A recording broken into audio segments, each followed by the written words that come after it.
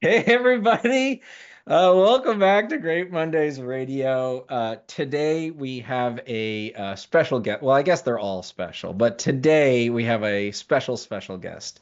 Tim Belonax is a brand designer at Anthropic, and Tim and I have known each other for a long time now. We were both in the Professional Design Association in the Bay Area, and I've followed his career closely because he's been at a lot of really interesting tech startups and scale ups as someone who is in there kind of listening for and creating the artifacts of culture. So he considers himself a culture carrier, and I thought it would be an interesting perspective to get someone from like the brand design uh, aspect of an organization to come on. So, Tim, welcome to Great Mondays Radio. Thanks for spending some time with us. Thanks for having me, Josh. Happy to be here. So, Tim, let's start with kind of where you've been and your role and your role at these organizations. Kind of, you've been around some pretty heavy hitters in the tech community in the Bay Area.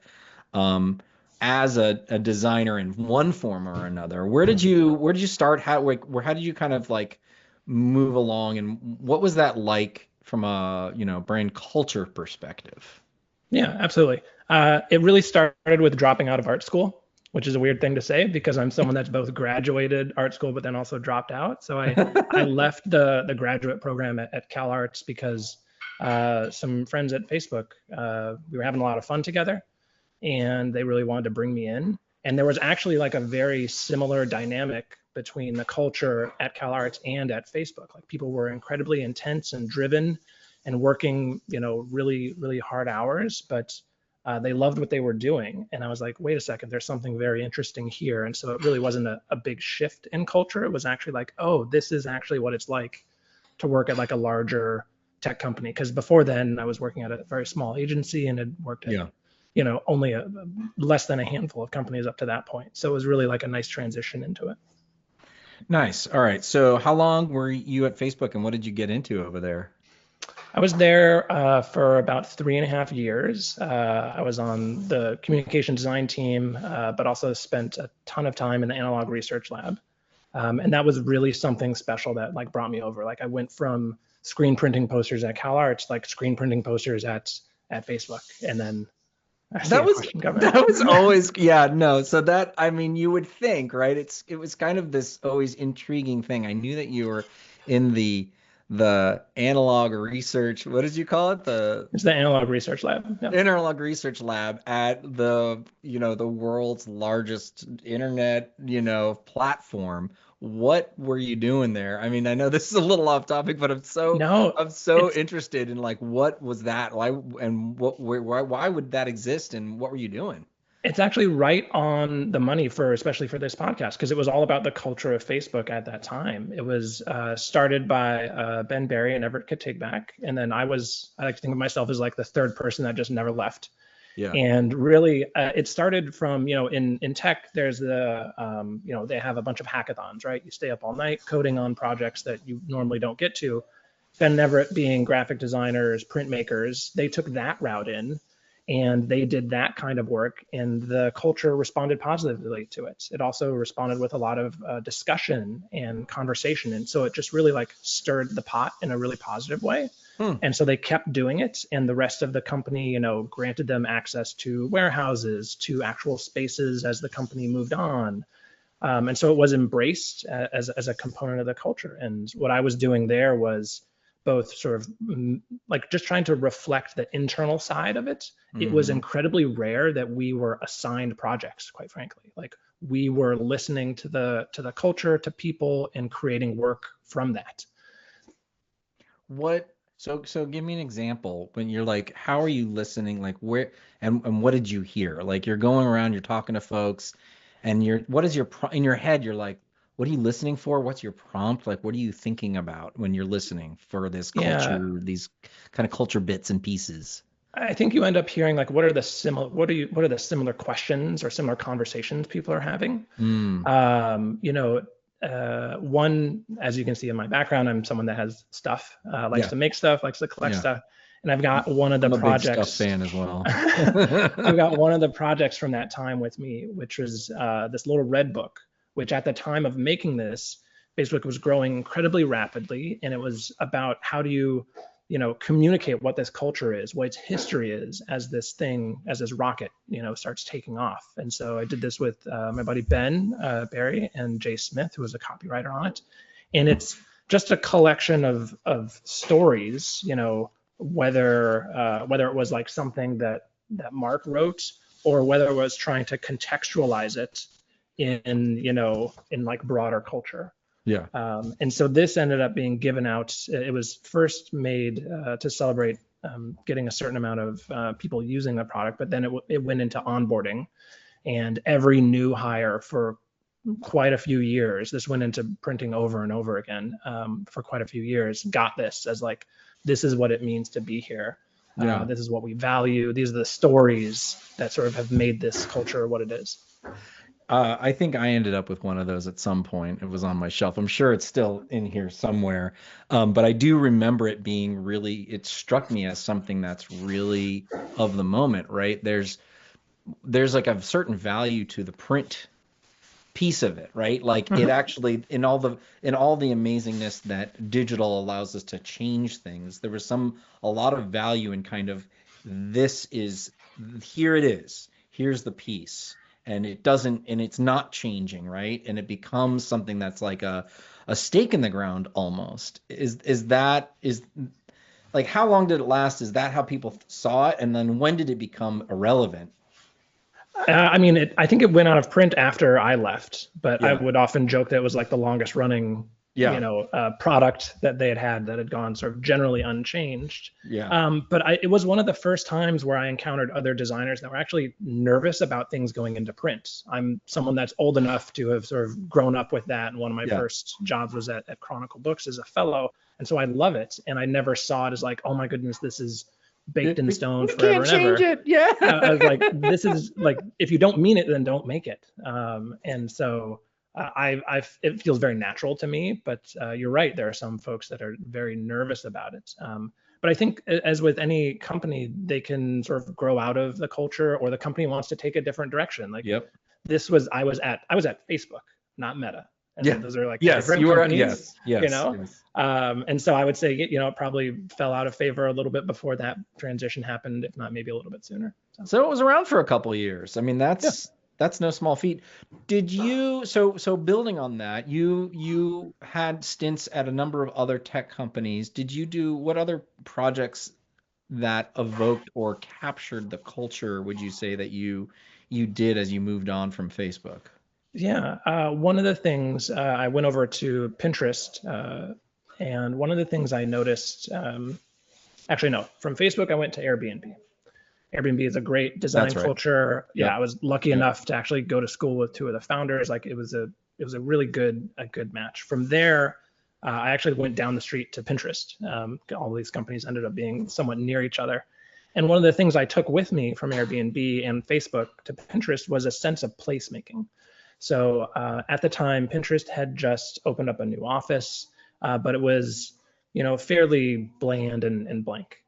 Somebody jokingly called it Soviet IKEA. So that should give you like a mental picture of sort of how dry it was. And there was this platform when you walked in that just looked like it needed like a grand piano or something. It looked like it was calling for a symbol or some sort of monument. Yeah. And at the time, the metaphor of Legos was sort of floating around. And it was something that one of the co-founders, Evan Sharp, was really also very enamored by.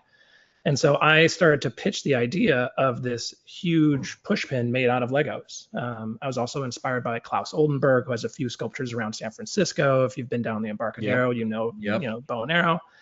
And so I started to pitch that idea around, and nobody said no. Everyone was just like, oh, that sounds cool. Like, did you pitch it to this person? Oh, this person might have budget over there. And then it just snowballed into, I worked with this great fabricator, Dylan Hosey, who's out here, and he helped me build it. And it was literally built all out of Legos. There's a little bit of weight in there because a pin doesn't naturally like sit downward. But It's about the size of like a VW bus, and I believe it's still sitting in Yeah. the lobby at Pinterest. And so that Yeah. became this monument of when people come in, they know that they're at Pinterest. A lot of people, of course, taking selfies in front of it. So it was a nice little project. What do you think it says about the culture?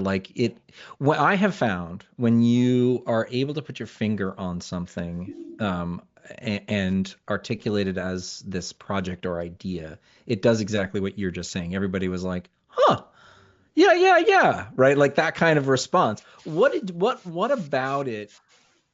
Like, what do you think it captured that people went, yeah, sure. It's so crazy, it just might work. Like, what Yeah. is it? Yeah, I don't think it's one thing. I think it's a process. And I believe I've heard this come from architecture of problem seeking.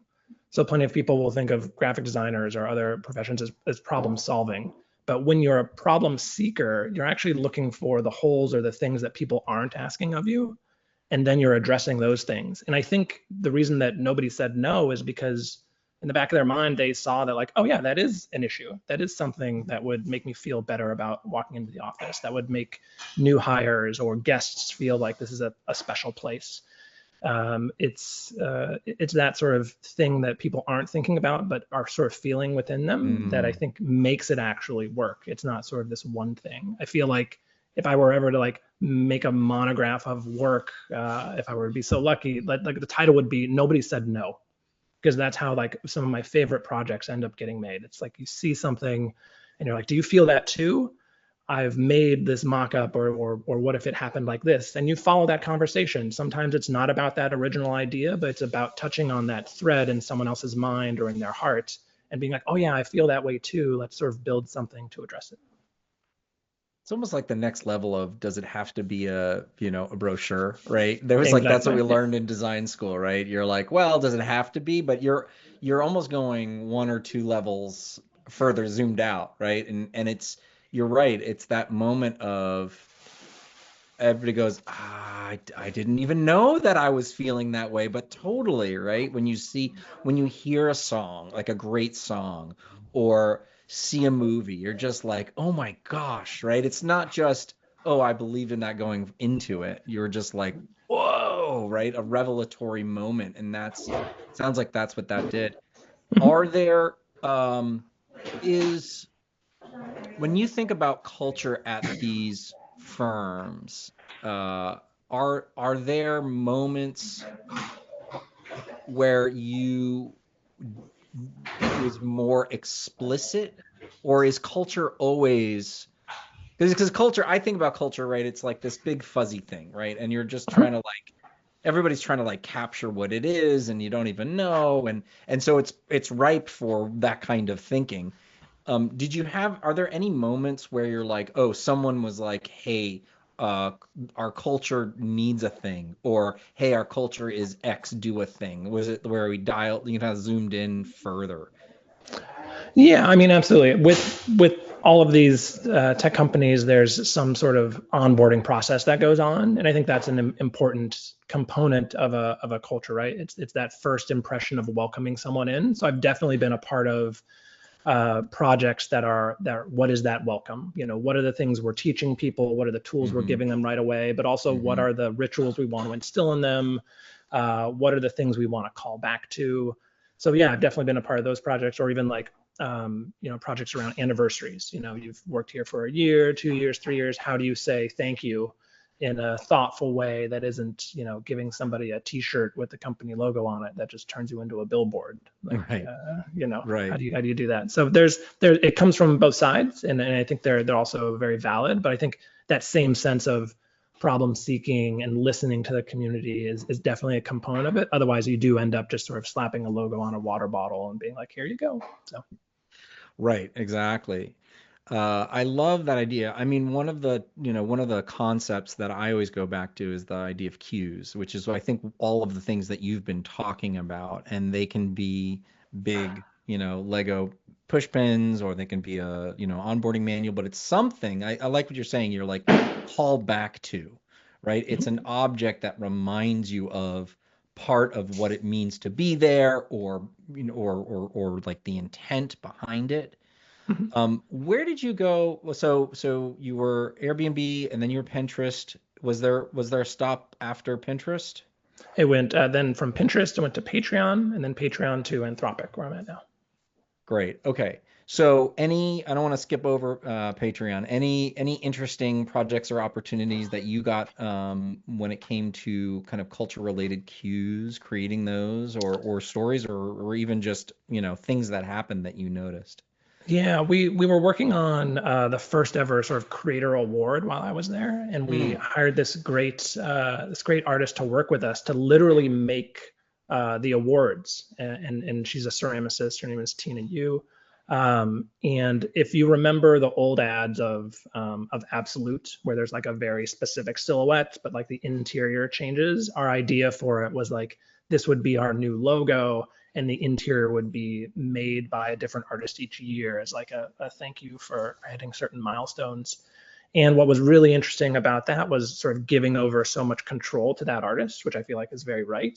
But then when mm, we gave it out, what was really interesting was the detail that all of the recipients sort of latched onto. They would love different things. Many of them loved that they could literally see Tina's fingerprints in it. They're like, someone literally made this, because with creators, like they are putting their blood, sweat, and tears and everything else into it, and their fingerprints are all over their work.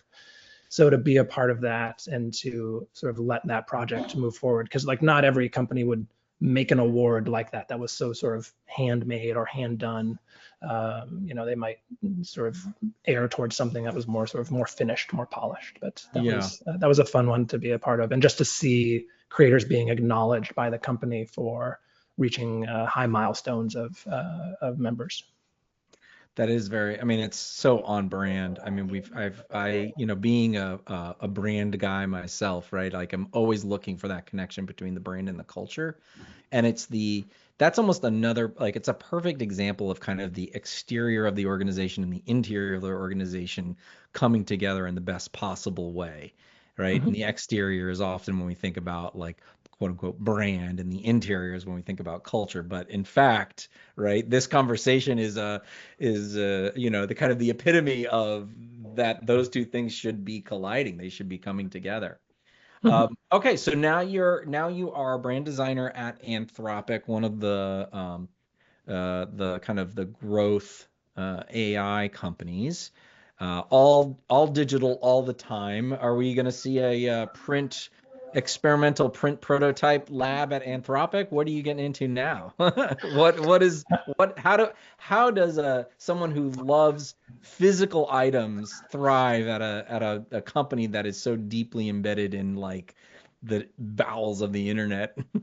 I mean, I wouldn't discount how much people there love physical things and physical print. So, I mean, Anthropic was originally founded as a research lab, and with researchers, they are writing papers, a lot. There's a lot of research going on. There's a lot of publication going on. So it's actually like it's in the veins, Yeah, even if it isn't like on the surface for a lot of things. yeah. Um, our CEO, Dario, recently published a great essay called "Machines of Loving Grace."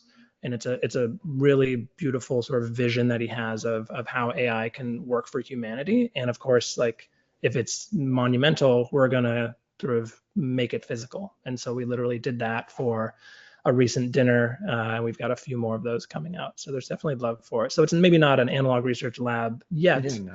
but there's definitely love. There are people that we have that come from Stripe and have worked on Stripe Press, and there's a lot of love for that. Yeah, That's a fantastic yeah. a component of that brand. But also there are other physical things, like when you think about how do you show up in the world and show your appreciation for your partners. So I recently launched a set of pins for when business partners or guests come in and they want a little piece of Anthropic. And so there are these little nice brass pins that we had made with a little note. And so it's like really bespoke. You can put it on anything you want. It's not like a t-shirt or a pair of socks. It can go on this jacket. It could go on your book bag. And so we're already sort of making those things, those cues to your point, sort of building the brand. How would you characterize the culture of Anthropic now that we're sort of right? It's moved from a research facility, lab to a productized, market-facing company. How many? Oh, well, so first, how many employees or where are at Anthropic at the moment? We're in the few hundreds, but I've sort of lost count. Right, right. We're not like a totally remote company. We're also not as big as the big first movers or the other big companies out there. But Yeah, we're yeah. a few hundred folks. Yeah. Okay. All right. Um, So just to kind of set it's important to have the context of that. yeah. Okay. So couple hundred folks. How would you describe the culture? And has it been articulated? Has the founder, Ario, articulated the culture explicitly? Because I do find that when you're like early days, you're sort of like, man, you don't have to. It kind of is. But then when you're, of course, at thousands, you're gonna have to at some point face that. So you're in between, right? And I could see two realities: one where it just sort of is, and you're still in a founder culture phase, right? Or it's been articulated. Which one of those are you at? And then how would you describe it? Yeah, it's an interesting situation where we were actually founded by a group of people that left OpenAI. So while we have, one CEO and our president, Daniela, there's a group of people that sort of moved over and founded it. So I think I have a hunch that that is actually an interesting way of keeping a culture stronger to its core while still growing thoughtfully. Hmm. Because I think that the company and especially Dio, they're very thoughtful about not growing too big too quickly, and they've also been at other companies, that were like huge and you couldn't get anything done, and the culture only remained in these shallow pools throughout the company, and they're very thoughtful about that. In the interview process, there's literally a culture interview that is more philosophy than it is like searching for a culture ad or a culture fit. It really dives into your morals. I loved it. Some people hate it because there's no like necessarily like a real right answer. It's about how you can wrestle with tough questions. Can you change your opinion when you are brought new information? So it's really interesting in that sense. But to get down to your point, like has it been clearly articulated? I think not in the sense that it's like down on paper per se, but there are definitely things that I've heard from the early days that still resonate. And, we've been talking about physical artifacts quite a bit, but like we are, not fully remote, but we're still, dispersed. There are times when I'm working from home like I am now, and there are times when I'm in the office. And so we're on Slack quite a bit. And one of the things that I think there's two things that I think that are quite interesting about the culture. One is we've got a Slack channel that just is called No Stupid Questions. And everybody asks questions in there. People have been there the entire length of Anthropic are asking questions in there. People that are incredibly amazing researchers, they're just like, oh, they have the same questions about this HR document that I do. That's really helpful. And they're, open enough to be like, I don't know where this is, or I don't know what this means. So that's really helpful. And I think that's that culture of openness and just being like, oh, I just want to be helpful. When I first walked in the door, I saw a little ant colony. I was like, oh, what are those? And someone's like, oh, we call ourselves ants in Anthropic. And I've been to so many tech companies that like shoehorn in whatever they call their employees. I was like, oh my God, that is the smartest, most apt metaphor of like something small that lifts so much more than its own weight and also like puts the colony first. I was like, oh man, that's really good.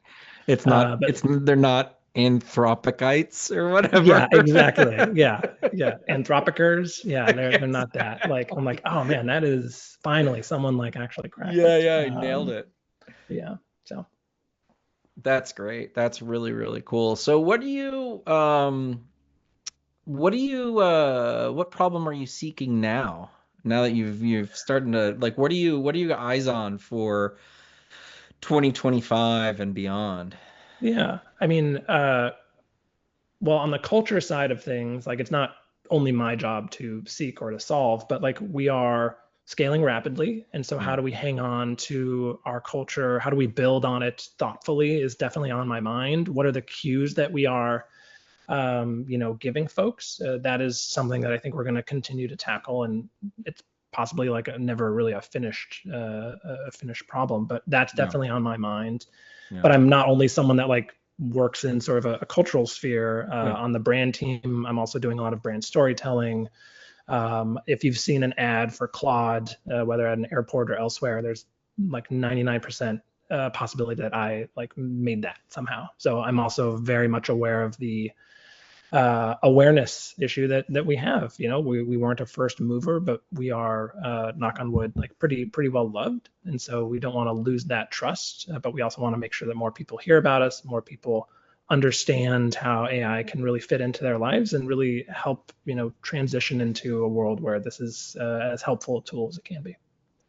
Can we wrap up you recently did a large project that was expressed in LA. Can you talk about what that was, the ad? Yeah, that was one of the ads I was talking about. So there's a placement in LA on the back of the Figueroa Hotel, and it's pretty large. It's a few stories tall, and we made a little ad, not a little ad. We placed an ad there that was hand painted, It's which is anything always a but fun little, one. Tim. Yeah, always a fun one to do. I always hand paint, as the saying goes.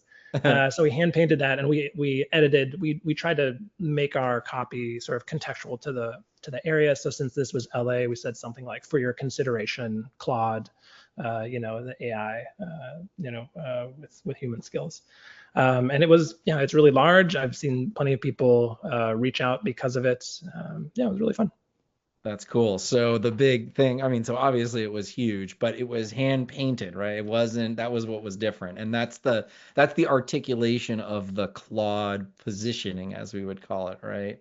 Mhm. Can you just kind of articulate that Yeah, for us? absolutely. I think when people use Claude, they often describe it as something that feels more like talking to a friend or like a sage professor or advisor. There's a more of a human feeling to it. You can converse back and forth with it. Claude will ask you questions. It's really interesting. And so that sort of sense of, you know, humanity behind it is something that we've baked into the visual identity and how we express Claude. And so that's why, you know, hand painting was something that we wouldn't shy away from. And that's why you sort of see sort of the rougher side of it. We don't want something that feels like a computer because it doesn't feel like it when you actually use it. Yeah. What I'm picking up, if I were to sort of just kind of weave the thread through our conversation, and which is really just kind of a quick uh, tasting of your career, it's a lot of very meaningful but inefficient, what you might call inefficient work, right? Where you're actually doing things that can't be changed, the print, or you're creating a big object out of Legos that's physical, or you're doing brass pins or custom names, and I wondered, is that a a kind of an expression of an expression of your ability to capture what culture is? Is that because you're right, like this idea of like, oh, we'll just do water bottles because it's really easy and we'll just knock them all out. Like, what is like what is happen what is the conversation in your head and in the world when you're like, hey, let's do something that isn't, this, like that it I guess it would be something very, specific or particular, or right, that's not like, hey, we can just order it from a swag dealer. Yeah, I mean, I would say that there are plenty of times when I'm excessively efficient. And so there's a component Okay. of our conversation that is not talking about that. Fair. But That's a fair point. yeah, That's fine. I think a little name that my manager Everett gave me recently was, he called me the maestro of meaning, and I felt like that really hit me in the heart, and sort of seeing what I try to lead with, which is meaning. And so if that can be achieved in something that can be done at a systematic level, great, because we are also trying to, you know, put things within a system. When I talked about sort of onboarding gifts and how you Yeah. bring someone into a Yeah. culture, that is like, that's on rails. That is, there's a clear system behind that, but it doesn't mean that it doesn't have to, like, you don't have to cut meaning out of that. And so I think I'm always just sort of driven by that. I want to, that's one of the reasons why I'm in branding, is because I want to sort of bring that into it. And whether that meaning comes from partnerships or creating things or building rituals, I think it's all related into building a really strong brand and then building a really strong company. I think, yeah, I mean, I'll just plus one add to that and say culture is all about meaning, isn't it? And that's why I think you're able to confidently, when we were having our sort of pre-record conversation, you were talking about the being a culture carrier. So you have this natural kind of affinity for meaning, which is the essence of, like, when we try to look at culture for all of its symptoms, it becomes a cloud. But I think once you dial into the meaning, it becomes something you can actually wrap your hands around. And I think that is kind of the magic that you're able to bring to a lot of these organizations, is manifesting the meaning and making it visible and meaningful to other people so that it can spread, right? When you can see it and you can tell the story, then the culture becomes something that can scale, right? To be Mhm. part of a larger organization. And that's what I think you're um, really good at. Thanks. Yeah. Amazing. Tim Belonax, I appreciate you coming on. This has been amazing. Tim is brand designer at Anthropic. Of course, if you want to learn more about Anthropic and Claude, you can go to anthropic.com. But if you liked what Tim was talking about and are interested in joining, you can head over to anthropic.com/careers. They are growing rapidly, and it seems like a pretty awesome place. Tim, amazing to see you. Thank you for having this conversation, and thanks for coming on Great Mondays Radio. Thanks for having me, Josh. Appreciate it.